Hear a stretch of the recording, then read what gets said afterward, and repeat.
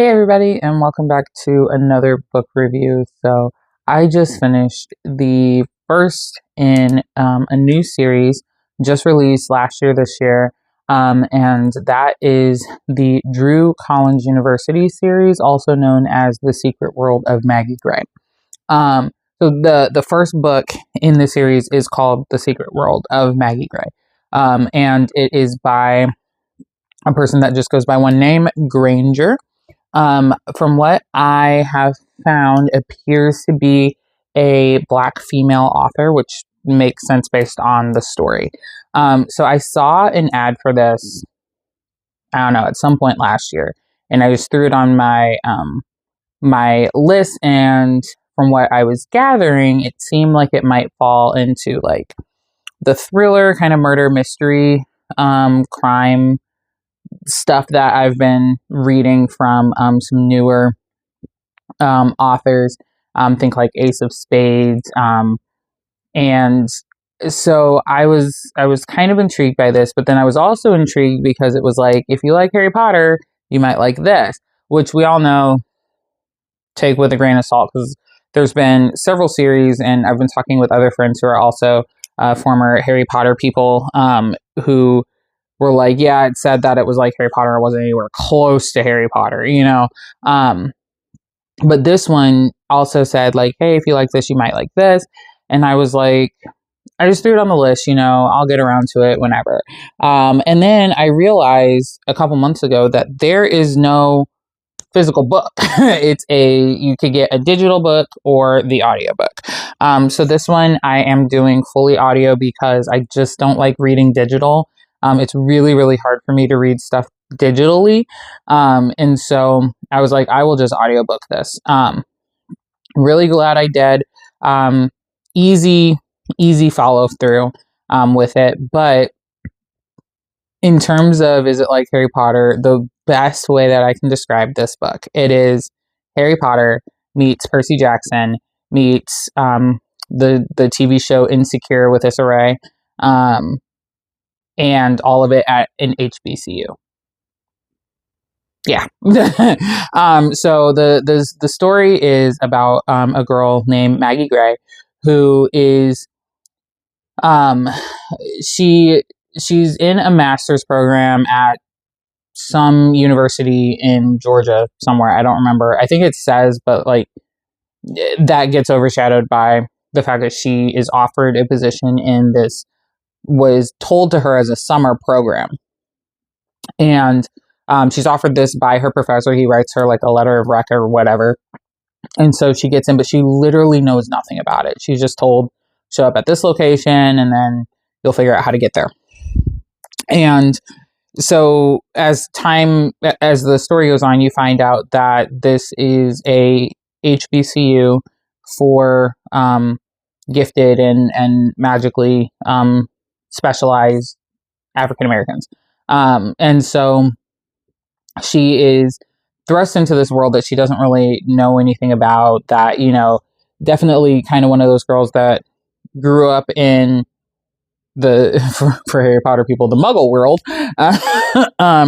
And she is, you know, struggling with the idea that, you know, all of this exists. And then to come to find out that she is supposedly a descendant of what they're considering the first family of this magical area that they're calling the underground. So basically the idea is that like there's real world, main ground, and then there's something called the underground, which is the magical world.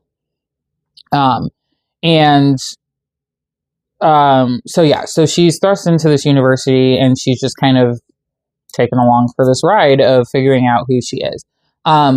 So two things. One, I do like the book. I like the concept of it. I cannot wait for it to be in actual print so I can like physically hold it. I really like the concept. I like the idea. There's a lot in it that doesn't really make sense, which is why I say that it's a lot like the show Insecure, because it's not a show that I willingly go out of my way to watch. I've seen a couple episodes just by being in space where episodes are playing, which is the only reason I know anything about the show. But it is not my cup of tea in terms of like, does this really need to be discussed, explicit, etc. And similar to some of the other books, like one, we know I'm not a huge fan of smut. This book doesn't do smutty. It's a different form of smut, basically, and so that's a little hard for me. It's also got a higher level of language than to me is necessary.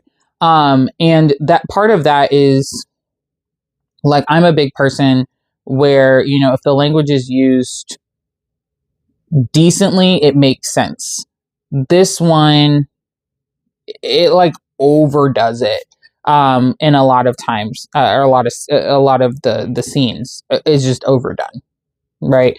And so that piece aside, I love the lore. I love the way that they're going about it, because they're doing the whole vampire versus werewolf and they don't like each other. But like, everything is kind of twisting what you know, right? So like, we know what werewolves are, we know what vampires are, right? But they talk about how like werewolves, the werewolves have never actually like turned, right? Like, you don't see them turn into an actual wolf, if that makes sense. So there's a lot of things like that that are just kind of twisting the lore.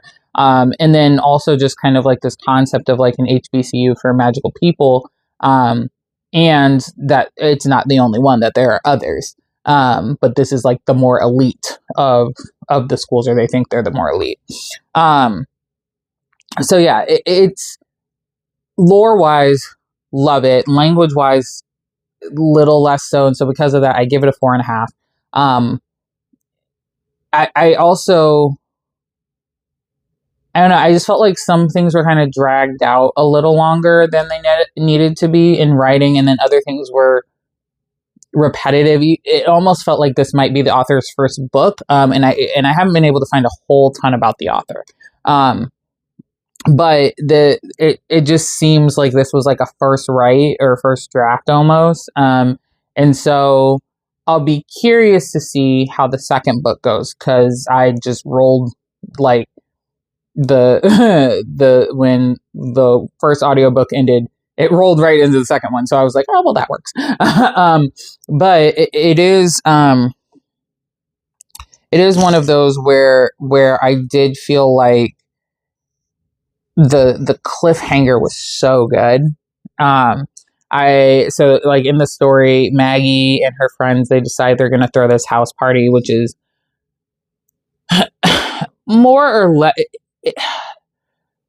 There's another reason I didn't give it a 5. The more I think about it, but like, honestly, I could probably go lower, because there was no real climax in the story. The climax is the cliffhanger. And that rolls right into the second story, and the second story picks up literally right where the first one ends, which is, I love when stories do that, because then I don't have to like wait for a couple chapters before we get back to the crux of everything. But at the same time, I'm like, that was the whole climax, because I think the thing that the author wanted to be the climax did not come across as a climax. It just was like, this is a thing that is happening. So there's that. But yeah, it just, I really like the lore of it. And that's part of the reason why I'm still going with, the next book in the series. Like, I really like the lore. And I'm very curious to see where the author goes with this. But I do feel like there could definitely be less language, because it really takes away, like, the characters are all described as these very intelligent women. And not that they have to be classy, but like, when they're telling, people, typically the men, when they're telling people off, they're just, like, extreme with it. They're like, you're a MF in be as, like, I mean, like, and it goes on, like, the whole sentence is just cuss words. And I'm like, it doesn't, it's not out of character, but it doesn't make sense to let it go that long. And so it just makes it sometimes a little bit hard to enjoy the character, um, or characters, because they almost all have that. And I should say there's four characters. Like, you have the Maggie Gray character, and she's, master's girl, so like she's in her late 20s. And there's this other character who is a siren, and she is the one. Um, she's from a, like, historically, um, black siren tribe, and um, her entire tribe was basically, like, killed out, for the purpose of experimentation. And so she was the last one to survive, and so they experimented on her, and so her face has been mutilated. Her, like, body has tons of scars and stuff. And so there's all these rumors about her going around, the campus. Her name's Asha. And so, like, at one point, she goes into this class, and everybody in the class is just being like, hey, Scarface, and they're calling her all these names, and it finally just ticks her off to the point that she just, like, they're like, oh, do you have, scars from this, that, or the other? And people are trying to guess. And then the professor kind of entertains it. And so she snaps and she just goes off on them. But, like, she does so by, like, stripping down in class and, like, showing all of her scars, like, because they just don't get it and they don't believe it. And, but, like, as she's doing this, she's just cussing the whole time. And I'm like, you're losing some of the impact, because it was a really, the way it was written, I actually, like, from a performer standpoint, found it very powerful and visual, of just, like, this person is, like, trying to prove a point about, like, their experience in their life, but it just got overshadowed by the language. And I think that that's, like, the biggest hang up I have with the book, is that everything is just overshadowed by the language. So we'll see how things go in the second book. Very excited for the second book, just because of that cliffhanger. I was like, whoa, wait a second, hang on. like, I was like, I wasn't ready. I wasn't ready. And so I'm looking forward to that.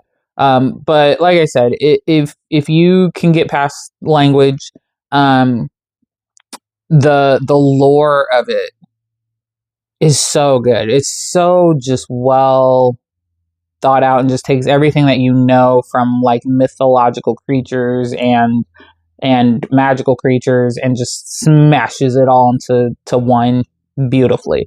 And there is merchandise. I stopped myself, but I started to purchase a Drew Collins sweatshirt, because I was like, come on, there's merchandise. It's awesome. So we'll see. I might still purchase it. But yeah, it's a good book. I do give it a 4.5 out of 5. It's not a 5 for me, just because, like I said, I can handle language. Like, I do not have a saint's mouth, but there is a line with language, and this is way over the line. And so that's, like, my only hang up. But outside of that, wonderful book. Really, really love it. Really like it. So yeah, there you have it. Thank you so much, as always, for watching. Again, The Secret World of Maggie Gray, also known as the Drew Collins series, book 1. Just really interesting, powerful book. So yeah, check it out. As always, like, comment, share, subscribe if you so choose. Thank you to all of you that are along for the ride. There's a lot of new folks on here as well, so welcome. I'm glad to have you with us. And yeah, so I think that's about it. I will see you guys in the next book review. Yay! Bye!